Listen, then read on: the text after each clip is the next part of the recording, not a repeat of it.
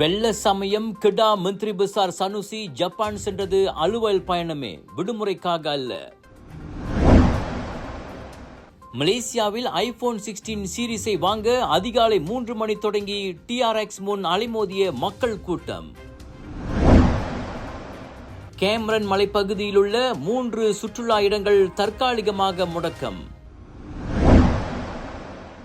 Lebanon நாட்டில் பொதுமக்கள் அட்டகாசம், மலேசிய காலாட்படை வாகனங்கள் சேதம். 2 வைரல் வீடியோக்களில் காணப்பட்ட புலிகள் ஒரே புலியாக இருக்கலாம், பெர்ஹிலித்தான் தகவல்.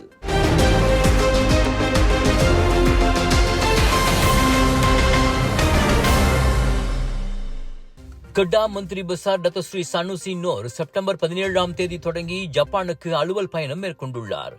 குமாமோட்டோ பிரதேசத்தில் நிலத்தடி அணைக்கட்டு நிர்வாகத்தை பற்றி தெரிந்து கொள்ளும் பொருட்டு பேராளர் குழுவுக்கு தலைமையேற்று அவர் அங்கு சென்றுள்ளார். அக்கல்வி சுற்றுலாவில் சனுசியோடு கெடா நீர்வள மேம்பாட்டு வாரியத்தின் முக்கிய அதிகாரிகளும் சென்றுள்ளனர். லங்காவி மக்களின் தேவையை 2040ஆம் ஆண்டு வரை பூர்த்தி செய்ய அத்தீவில் நிலத்தடி நீர் ஆதாரத்தை பெறும் திட்டம் ஒன்று மேற்கொள்ளப்பட உள்ளது. 2028இல் லங்காவில் அத்திட்டம் முழுமை பெற்றதும் தென்கிழக்காசியாவின் முதல் நிலத்தடி அணைக்கட்டு திட்டமாக அது விளங்கும். இயற்கை வளம் சுற்றுச்சூழல் நிலைத்தமை அமைச்சின் கீழ் அத்திட்டம் வருவதாக கிடா மந்திரி பசார் அலுவலகம் விளக்கியது. கிடா மக்கள் வெள்ளத்தில் பாதிக்கப்பட்டிருக்கும் இந்நேரத்தில் மந்திரி பசாரை காணவில்லையே என எழுந்துள்ள பேச்சுகளுக்கு பதிலளிக்கும் வகையில் மேற்கண்ட விளக்கம் அளிக்கப்பட்டுள்ளது. உலகளவில் ஐபோன் உபயோகிப்பதற்கும் வாங்குவதற்கும் தனி கூட்டமே உண்டு. ஒவ்வொரு வருடமும் அப்டேட் ஆகி வெளிவரும் புதிய ஐபோன் மாடலை உற்சாகத்துடன் மக்கள் வாங்கி வரவேற்கின்றனர். அவ்வகையில் அண்மையில் வெளியான ஐபோன் 16 ரிலீஸை தொடர்ந்து மலேசியாவிலும் இன்று தொடங்கி அது விற்பனைக்கு வந்துவிட்ட நிலையில் TRX கட்டிடத்தின் முன் அதனை வாங்குவதற்காக கூட்டம் அதிகாலை 3 மணி முதல் அலைமோதியுள்ளது. 8 மணிக்குத்தான் TRX ஆப்பிள் ஸ்டோர் திறக்கும் என்றாலும் இன்று அதிகாலை 3 மணி தொடங்கியே மலேசியர்களும் வெளிநாட்டினர்களும் அதன் முன்வரிசையில் நிற்கும் காணொளி இணையத்தில் வைரலாகியுள்ளது. முன்பதிவு செய்து ஐபோன் 16ஐ பெற்றுக்கொள்பவர்களும் வாங்குபவர்கள் என இரு தரப்பினரும் முந்தியடித்துக் கொண்டு அங்கு காத்திருப்பது காணொளியில் தெரிகிறது.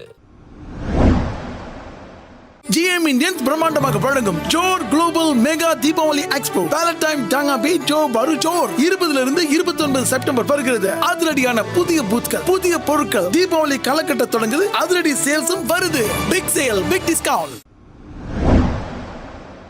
இவ்வாரம் தொடங்கி இடியுடன் கூடிய மழையை தொடர்ந்து கேமரன் மலைப்பகுதியில் உள்ள 3 சுற்றுலா இடங்கள் தற்காலிகமாக மூடப்பட்டுள்ளன.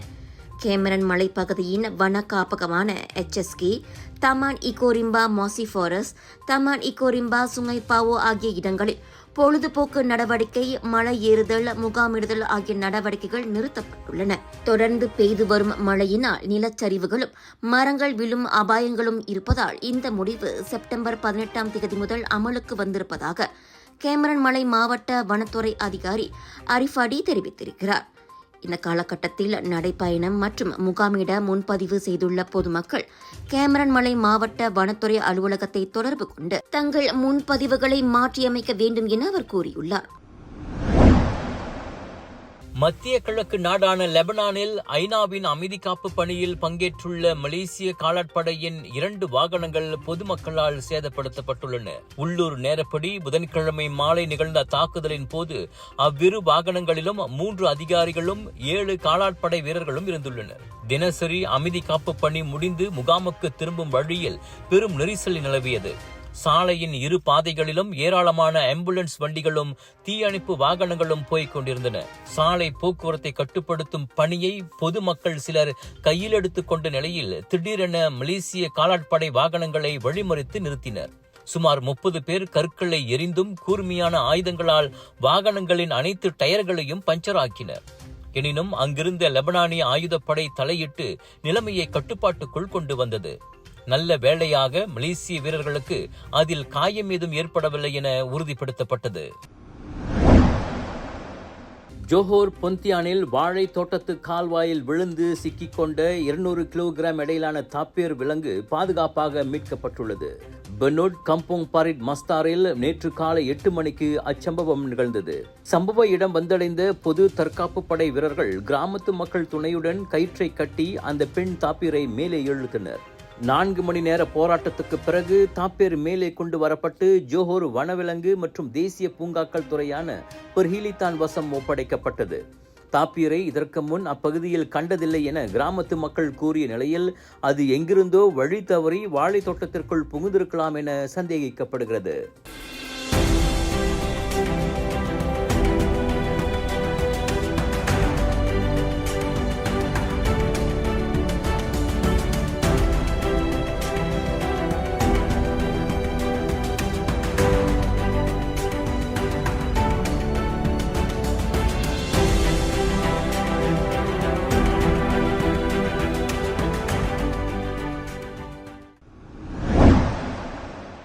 சிரம்பானில் இன்று காலையில் புரோட்டோன் சாகா FLX ரக வாகனம் ஒன்று சாலையின் நடுவில் இருந்த கல் தடுப்பில் மோதி முழுவதும் தீக்கிரையானது. முதல் கட்ட விசாரணையில் ட்ரெய்லர் லாரி ஒன்றிலிருந்து கல் தடுப்பு விழுந்தது தெரிய வந்திருக்கிறது. இந்நிலையில் இந்திய மாது ஒருவர் ஓட்டிச் சென்ற அந்த வாகனம் அந்த கல் தடுப்பை மோதி விபத்துக்குள்ளானது. அதிர்ஷ்டவசமாக அதிலிருந்த அந்த மாது காயங்களுடன் உயிர் தப்பிய நிலையில் அவரின் வாகனம் 100 விழுக்காடு தீயில் எரிந்து போனது. தகவல் அறிந்து ஜலான் மம்பாவ் ஸ்ரம்பான் 2 நடந்த இச்சம்பவ இடத்திற்கு 12 பேர் அடங்கிய தீயணைப்பு மற்றும் மீட்பு குழுவினர் விரைந்தனர்.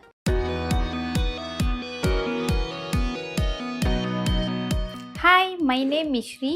I'm working as an account executive at the ATS Logistics. The main nature of the ATS Logistics is more focused to the transportation and logistics. We are operating with the 4 to 5 trucks. The process is very smooth and clear. Because whenever we ask with the banker, the Bank Rakyat banker, they just give the information very straightforward. Request the information, just a simple information only. So that is the SSM, some documentation, and all the supporting documents. So this is the process. It took just 1 to 2 weeks only. They just contact with us, and we get the result of the brief I financing. Whenever you are trying to get a financing, you don't go to any wrong platform, because nowadays the negative people are around of us. First of all, I would like to thanks to Bank Rakyat and also Dato Ramanan, because Dato Ramanan giving us so much of the opportunities to our communities. Terima kasih Bank Rakyat. Bank Rakyat, bank pilihan anda.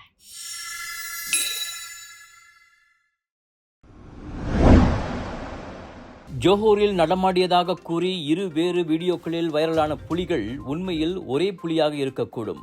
வனவிலங்கு மற்றும் தேசிய பூங்காக்கள் துறையான பர்ஹிலித்தானின் Johor கிளை அவ்வாறு கூறியுள்ளது. அதே புலி கேமராவில் பதிவானது இது முதன்முறை அல்ல. ஏற்கனவே சில ஆண்டுகளுக்கு முன் ஜலான் ஜமால்வாங்கில் அதன் நடமாட்டம் காணப்பட்டதாக ஜோஹர் பர்ஹிலித்தான் இயக்குனர் அமீனுடின் ஜாமீன் தெரிவித்தார். அப்பகுதி வாழ் மக்கள் மற்றும் பிராணிகளின் பாதுகாப்பு கருதி பர்ஹிலித்தான் குழு ஒன்று மெர்சிங் அனுப்பப்பட்டுள்ளது. வைரலான 2வது வீடியோவில் பூர்வக்குடி கிராமத்திற்கு அருகே புலி நடமாடியது போல் தெரிகிறது. குடியிருப்பு பகுதிகளுக்குள் புலி நுழைந்து விடாதிருப்பதை அக்குழு உறுதி செய்யும் என்றார் அவர். சம்பந்தப்பட்ட பூர்வக்குடி கிராம மக்களுக்கும் முன்னெச்சரிக்கை விடுக்கப்பட்டுள்ளது. செப்டம்பர் 12ஆம் தேதி மெர்சிங் ஃபெல்டா காட்டு பகுதியில் மீன்பிடிக்க சென்ற 2 நண்பர்கள் புலியை நேருக்கு நேர் சந்தித்து பயங்கர அனுபவத்தை எதிர்கொண்டனர். பின்னர் செப்டம்பர் 15ஆம் தேதி பட்ட பகலில் ஜலான் ஜமாலுவாங் சாலையை புலி கடப்பதை வாகனம் ஓட்டி ஒருவர் கேமராவில் பதிவு செய்து அவ்வீடியோவும் வைரலானது.